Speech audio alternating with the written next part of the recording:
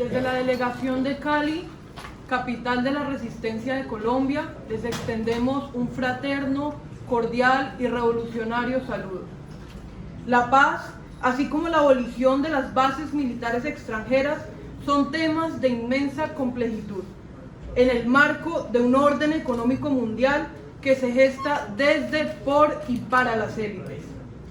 Todo lo esbozado previamente aquí, hoy y ayer, sobre la base militar de los yanquis en Guantánamo, así como de muchas otras bases militares extranjeras a lo largo de diferentes países, no es un secreto o algo desconocido para todos los presentes aquí, sino es tal vez algo a lo que ya estamos lamentablemente bastante familiarizados.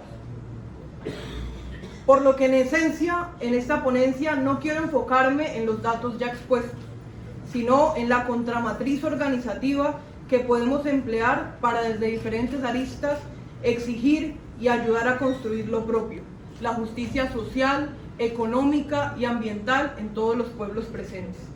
La única salvedad que me gustaría dejar consignada es que en función de este seminario y de estos temas en particular, nunca será suficiente esbozarlo desde situaciones concretas. Nunca será la base de Guantánamo o las bases aquí mencionadas el contenido de fondo, que no existiendo más acabarían los problemas, por ejemplo. No es así. Si la base militar de Guantánamo deja de existir y el territorio es devuelto a Cuba, no dejará de existir el asfixiante bloqueo económico ni las medidas intervencionistas y coercitivas. Igualmente, si no se asume como problema o situación estructural y no se prioriza, entre otros, el funcionamiento, erradicación, mitigación de las políticas criminales del complejo militar industrial, por ejemplo, que responden a factores y poderes supraeconómicos, jamás habrá una solución duradera o siquiera real. Es así que hago un llamado al análisis profundo de la situación sistemática, uno dotado de ideología sí, pero también y sobre todo de proyección, de estudios con una mirada geopolítica y geoeconómica global, de certezas. Dejando esto por sentado, me permito compartirles el sentido de mi ejercicio de ponencia, titulada Juventudes, Narrativas, Resistencia y Unidad Popular como mecanismo de exigencia para la abolición de las bases militares extranjeras y el fortalecimiento de la solidaridad internacionalista. Estoy segura que muchos aquí presentes, tanto como yo, han hecho un paneo de los asistentes a este octavo seminario y han colegido, tanto como yo, que aunque hay participación de algunas juventudes, en comparación a las y los adultos mayores presentes es mínima. Yo ayer estaba cumpliendo años, 20 años, y me puse a pensar en... ¡Felicidades!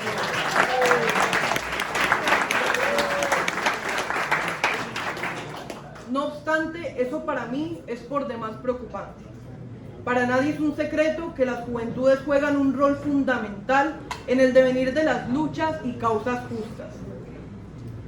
¿Quién pues, sino nosotros, para asumir las banderas históricas de construir sociedades en paz con los criterios de justicia social, económica y ambiental ya esbozados? Pero además de ser el evidente y natural relevo generacional en el organigrama de las luchas, hemos sido un factor histórico y aleccionador con grandes ejemplos como las protestas que hubo en Estados Unidos y en muchos más países alrededor de la guerra de Vietnam, o más cerca, y en mi caso particular, la participación que tuvimos las juventudes en el estallido social del 2021 en Colombia. Las juventudes colombianas en el estallido dimos un grito de resistencia.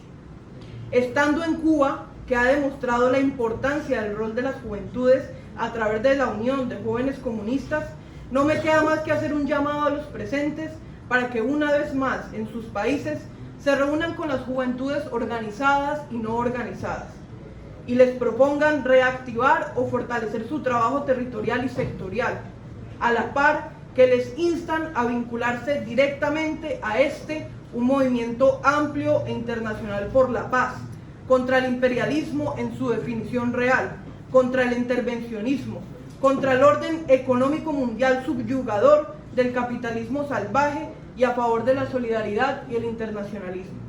De igual forma, en aras de consolidar mecanismos de lucha, uno de los principales elementos que invito a vislumbrar son las narrativas. La manera en que vociferamos nuestras reivindicaciones incide directa y absolutamente en la manera que son acatadas, respetadas o en su defecto vulneradas. Un poco en vía de lo que dije al principio, si minimizamos o usamos eufemismos para referirnos al complejo militar industrial, por ejemplo, estaremos contribuyendo a los propósitos divisionistas y hegemónicos del régimen opresor. De esa forma, y como contramatriz o matriz contrahegemónica, esbozo y propongo que la comunicación popular sea una herramienta colectiva de exigencia, movilización y agenda que además no requiere grandes tecnologías, cámaras o técnicas propiamente dichas, reconociendo el rol de las comunicaciones en la posverdad, manipulación emotiva, manipulación mediática, pero también en escenarios de denuncia y proposición. Movilizar a las masas que desconocen la situación que se vive en Cuba y los países afectados por las bases militares extranjeras es algo que le compete a la comunicación popular. Ejercicios de socialización en redes sociales sobre las prácticas que se cometen en el lenguaje más asequible posible. Difusión de eventos, logros y escenarios positivos en Cuba y demás países para facilitar el internacionalismo y la formación en consignas tan importantes como la solidaridad. En Cali estamos desde hace poco implementando, en el caso del país que nos recibe, un ejercicio comunicacional de solidaridad a partir de las informaciones, eventos y publicaciones que nos llegan en un ejercicio de intercambio cultural. Se llama Estamos con Cuba y cada vez crecerá más para configurarse como una plataforma nacional y ojalá internacional de comunicación y solidaridad con los pueblos hermanos. Por último, hago un llamado a los presentes y a las organizaciones, colectivos y asociaciones que integran a revisar no solo las denuncias en el ámbito internacional sobre las afectaciones a la soberanía, sino también las propias. Pues como el propio presidente Miguel Díaz-Canel dijo hace unos días, el bloqueo a Cuba, Venezuela y otros países no solo afecta a esos mismos países, sino que también afecta a los demás países por prohibirles o dificultarles el intercambio comercial, social, político y cultural, entre otros. La invitación es a remitirse a las cartas magnas de cada país y mirar mecanismos jurídicos para la defensa de derechos fundamentales como la libre expresión, entre otros. Cierro condenando fervientemente el genocidio cometido contra Palestina, condenando el bloqueo criminal a Cuba y también condenando los asesinatos recurrentes afirmantes del acuerdo final de paz entre las extintas FARC-EP y el Estado colombiano. En Colombia, en cabeza de nuestra vicepresidenta, primer mujer negra en este cargo, decimos que trabajaremos hasta que la dignidad se haga costumbre. Ojalá esto nos cale a todos los presentes hasta apropiarlo individual y colectivamente como un ejercicio y un proceso de unidad popular con criterio. Resistir, persistir, nunca desistir, siguiendo los pasos de Manuel, de Hugo, de Fidel y el Che. Hasta la victoria, siempre.